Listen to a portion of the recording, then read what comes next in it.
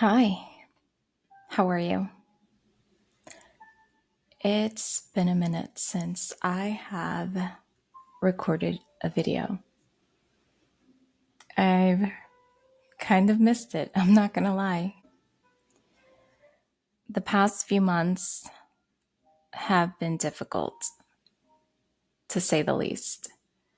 And I wanted to sit down and talk about it, talk about my journey, where I've been, and offer a message of hope because I know that many of us are going through our own storms. Life has been difficult. Some of my previous videos or not, my mom has been ill or had been ill, excuse me. The year started off really rough for her.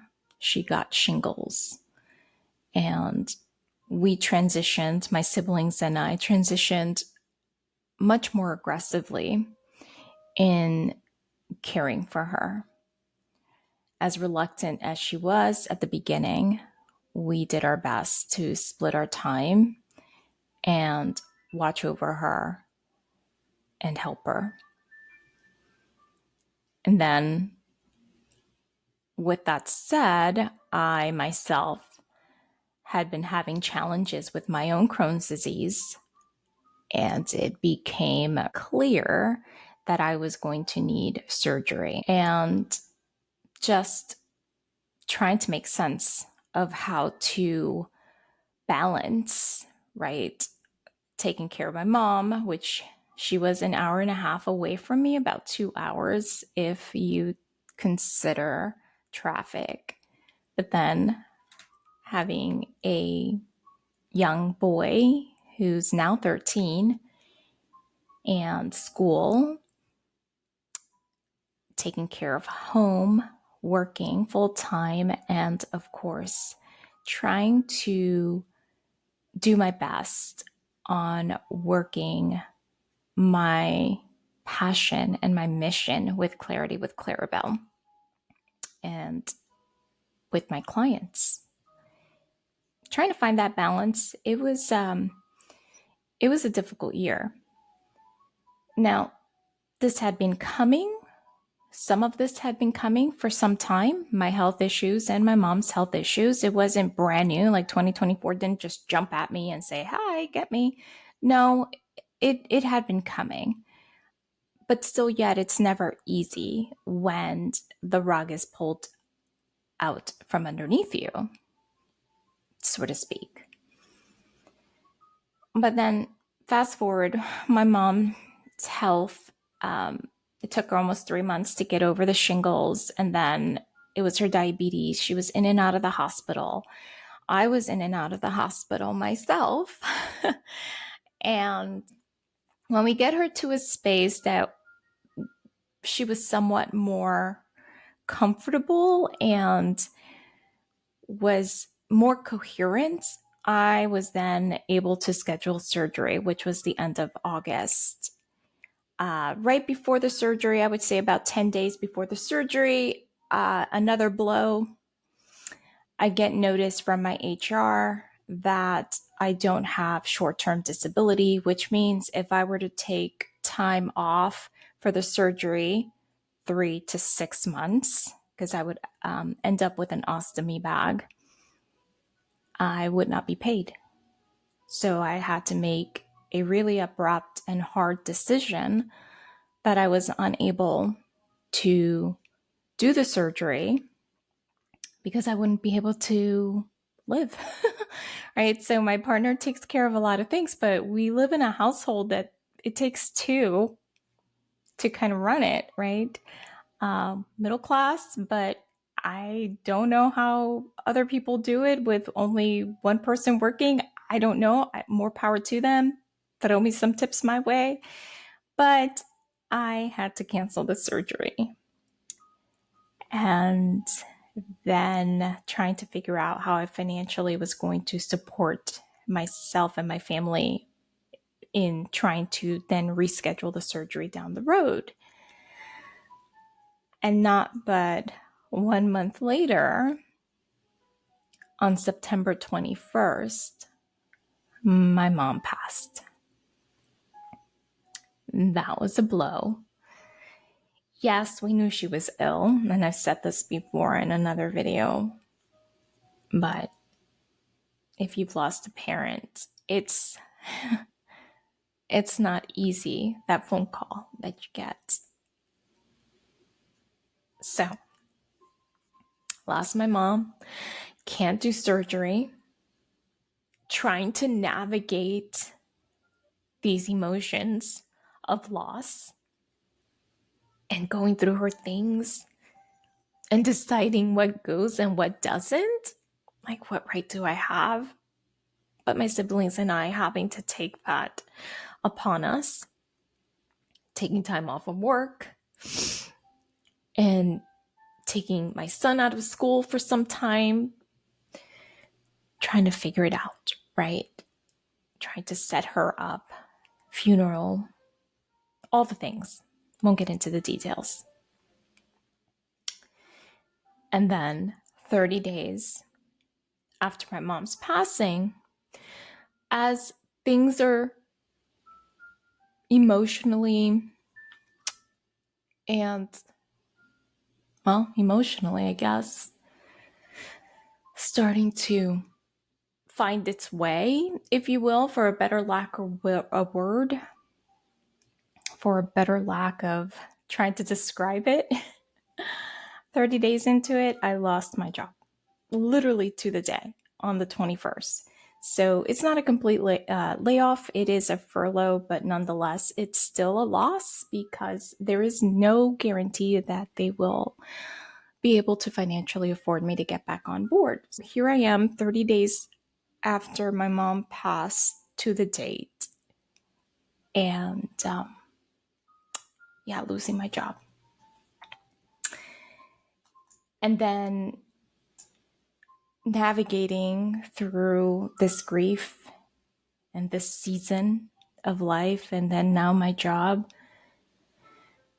And then a couple of days past the election, going through my own emotion of what America decided, what the United States of America decided, my country. I'm a US citizen. And just trying to understand that and praying for our country and praying for my son and his future and my nieces and my nephews, right? So here I am now in November trying to figure it all out. But today I wanted to do something symbolic. And it's symbolic for me. In my mom's culture, they honor their loved ones that's passed by mourning them and wearing black. And it may not just be my culture. Different cultures have different things that they do for mourning. My sister and I decided that we were going to try our best to honor her belief system, even though it's not something that we believe to a certain degree. My sister and I have different levels of belief into this. I think if you lose someone that you love, you celebrate them to the best of your ability in the way that they wanted to. Well, my mom honored her loved ones that's passed by wearing black for a certain amount of time, depending on who they were to you. So fast forward, my sister and I make a commitment to wear black in her name to honor her for 40 days. 40 days is a significant number to us in the Bible, and just to our belief system. And 40 days was when we gave her a mass celebrating her life. There were several things that we did in her honor that, again, it's the belief system that she instilled in us, and we wanted to respect her in that manner. And then right after the 40 days, it was her birthday, November 2nd. So we celebrated her that day and we went to see her at the cemetery. But I wanted to do something symbolic for me today. And today's the first day that, since my mom's passing, that I've worn color.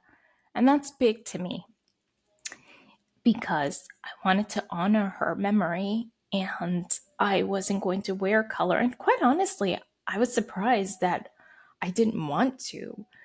I have to wear black when I do makeup, when I go to weddings, or I have certain events with wellness and beauty, but that's the only time I'm forced to. And I was surprised that during this time, it was very easy to fall into wearing black, and it was respect for her, and it was hard for me to think anything different. So today, it's been like about 50 days since my mom's passed. I wanted to start to figure things out from here on out. I've been in a blur, I've been in a fog, and today I was like, okay, I'm going to wear pink. This is my color. It's one of my favorite colors. So that is what I did.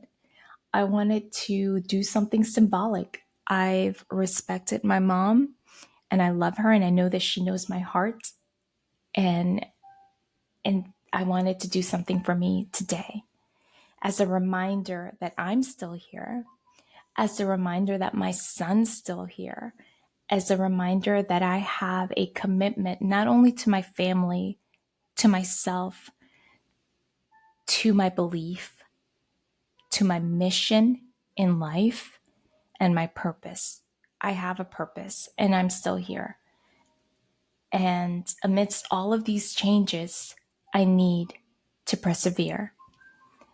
Now, with this memory of my mom and the strength that I'm hoping that she continues to provide for me, I'm able to move forward and take on so much more because I'm so much more stronger. Even though it feels like my world crashed down over and over and over the past few months or the past 2 months, I know that I've gotten some amazing strength and this powerful thought process, mentally stronger, but spiritually stronger. I'm holding on to my faith. I'm holding on for that hope. And the way that that starts is by me showing it, going out there and walking with faith and hope because I'm still here and I still have a purpose. So for anyone who's going through something, whether you're grieving the loss of a parent or the loss of a relationship or the loss of someone special to you or the loss of a pet, the loss of a job, a car, a house, or you're just feeling heavier. Things are feeling heavier right now. I want you to know that it's going to be okay. There's no one right way to grieve. There is no right way or one way to heal. My emotions fluctuate daily. Some moments in the day I'm up, some moments in the day I'm down, and sometimes I'm somewhere in between, quite honestly. But I'm learning and relearning to give myself grace. I talk about that so much. And I'm here today because despite of all this loss, despite of all the challenges that I've been facing, I still feel that glimmer of hope. And I want you to know that even when things are hard, we can still keep going, even if it's just one step at a time. I want to thank you for still being here if you are, for listening to me and my journey. I'll keep sharing this journey as I continue to evolve in this new chapter of my life. But there's a few things I want to end with. And I wrote this down because I didn't want to forget. Hug your loved ones. Hug the people that you love. Tell the people that you love them today, not tomorrow, because tomorrow is not promised. So if you haven't spoken to someone in a while and you care for that person, pick up the phone, call them. If they live a few minutes away from your house, drop in, give them a hug. I'm not kidding. I really am not. I was supposed to see my mom 5 days before she passed. And I said, I'll go tomorrow. Well, as you know, how the story ended there. Tomorrow never came. Go hug them. Go tell them you love them. Let's hold on to hope together and keep moving forward. One day at a time.